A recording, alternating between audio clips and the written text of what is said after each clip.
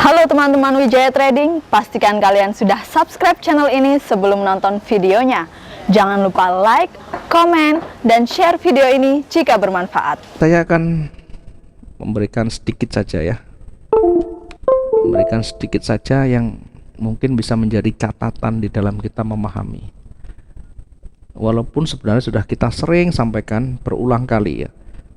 Nanti akan selalu timbul pertanyaan. Pak, kalau mau mengawali trading dimulai dari mana? Kemudian ketika membaca analisis, ketika membaca pasar, ini potensinya lebih mengarah kemana ya? Sebenarnya pertanyaan-pertanyaan itu kalau kita sudah betul-betul tiap hari melakukan pengamatan, melakukan eksperimen dan menerapkan teknik materi yang sudah kita sampaikan, tentu rabaan itu akan muncul. Ya, catatan penting apa yang perlu kita pahami ya? Tentu bagi teman-teman yang sudah banyak belajar, yang sudah mempelajari materi-materi awal, akan terlalu banyak yang dipelajari. Padahal kalau kita belajar di price action, kita cukup memahami pergerakan harga itu sendiri. Artinya kita pahami dengan karakter candlenya. Karakter candle ini nanti akan memberikan petunjuk. Nah, di dalam karakter candle nanti yang kita baca tentu ada perbandingan candle. Perbandingan itu meliputi sumbu, meliputi bodinya. Yang kedua, membaca karakter itu tidak hanya kita melihat perbandingan candlenya, tetapi harus juga diperhatikan high dan low-nya. Ketika kita sudah mengetahui, oh candle ini lebih panjang, ini sumbunya lebih pendek, ini bodinya lebih besar. Tidak cukup sampai di sana, kita lihat pergerakan naik dan turunnya. Sampai sejauh mana kemampuan bergerak naiknya, sampai sejauh mana bergerak turunnya. Maka di situ nanti akan ketemu. Nah, setelah itu baru kita nanti lihat strukturnya. Struktur yang mengiringi, artinya candle yang memberikan support, memperkuat atau melemahkan. Struktur yang saya maksud adalah kumpulan dari candle ya. Kumpulan dari candle. Dari tiga ini nanti akan ketemu namanya arah.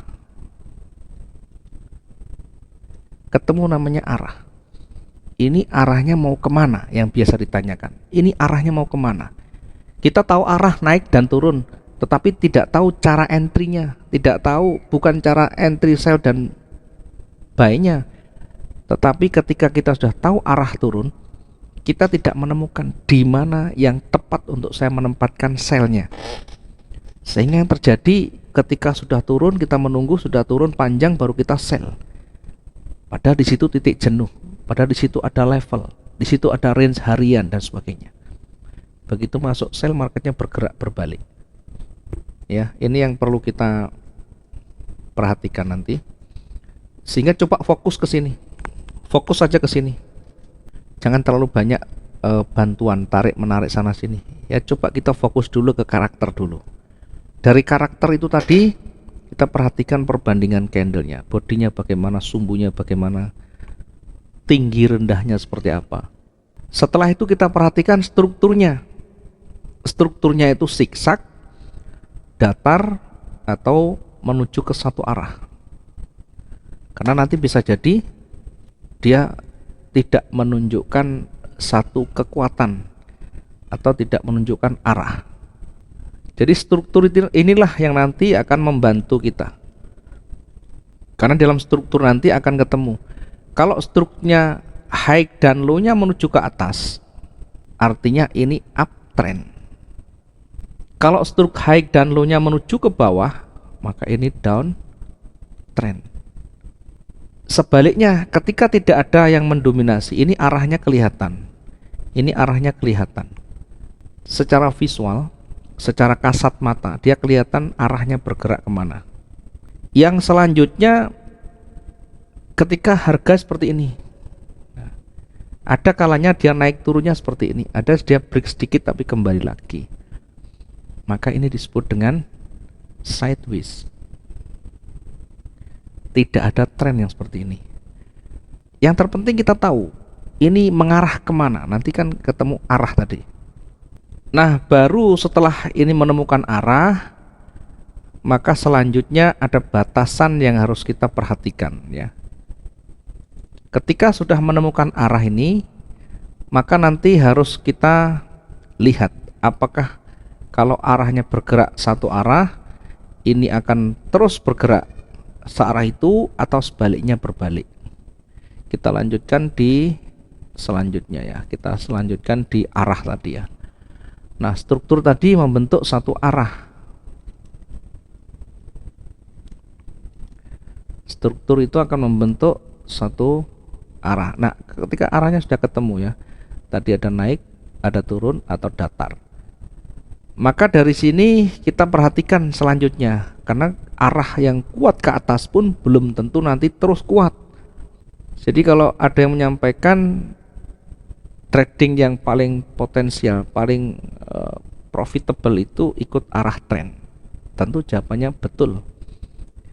Tetapi ketika kita tidak memahami tren ini sudah berada di puncaknya atau bahkan hanya sementara, kalau kita tidak memahami tentu kita akan terjebak di sana. Oke, arahnya trennya ke atas. Yang kita terima adalah satu informasi, ya, satu petunjuk. Ini trennya kuat naik sehingga arahnya masih ke atas. Ini akibatnya kalau kita hanya menerima informasi sepotong-sepotong, ya.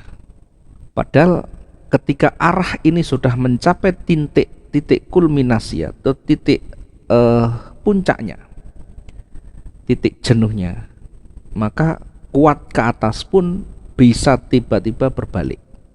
Maka perlu tahu strategi dan tekniknya. Jangan kita hanya menerima informasi trading jangan melawan arah, trading jangan pernah melawan arah. Ya, tentu itu benar sekali, ya. Tetapi kondisinya harus kita lihat. Ini kita menggunakan tradingnya seperti apa, adakah batasan-batasannya, ya, tentu menjadi pertimbangan, ya.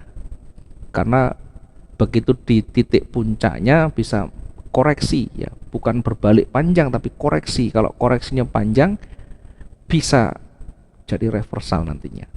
Sehingga ketika arah ini sudah ketemu, maka perhatikan batasannya, ya. Apakah batasan ini pasti? Jangan bicara pasti, ya, tidak ada yang pasti. Kita menentukan probabilitas, kemungkinan terbesarnya. Kalau cari yang pasti-pasti, jangan pernah kita ikut trading.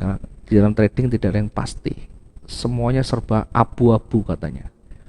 Tetapi bagaimana kita membuat abu-abu itu menjadi lebih terang. Kemudian batasan ini yang harus nanti kita jadikan sebagai acuan, ya, pergerakan arah ini sampai di situ saja atau bahkan bisa lanjut. Nanti baru di sini yang menentukan. Nah, batasan itu apa saja?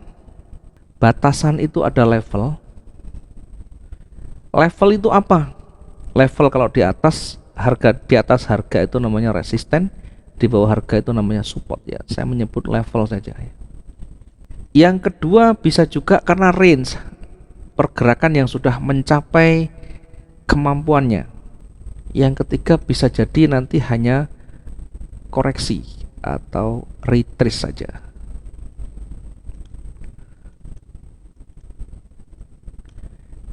Sehingga batasan ini minimal kita bisa melihat, ya, di area itu apakah ada benturan. Kalau di level dia bisa memantul, kalau tidak kuat memantul artinya bisa berbalik. Kemudian ada range harian, pergerakan harian kira-kira kalau sudah terpenuhi dan di ujungnya sudah mulai ada tanda-tanda penolakan, maka di situ bisa jadi akan berbalik. Atau bahkan koreksi di area retracement-nya ya, bisa jadi koreksi ya. Sehingga kita ada setidaknya parameter sendiri ya untuk menentukan kita kapan kita entry, kapan kita nanti harus exit ya. Ini adalah yang paling mendasar yang harus kita pahami, dan itu harus diuji, harus banyak mencoba, harus banyak praktek. Level kita kuasai dengan maksimum, range kita lihat, retrace kita perhatikan. Semuanya hanya di sini. Kalau dia tidak lewati level, dia akan berbalik. Kalau dia mendekati area range, kemudian ada tanda-tanda berbalik, dia akan berbalik. Kalau dia kuat, bisa jadi lebih kuat lagi. Sehingga jangan ditanya arahnya kemana,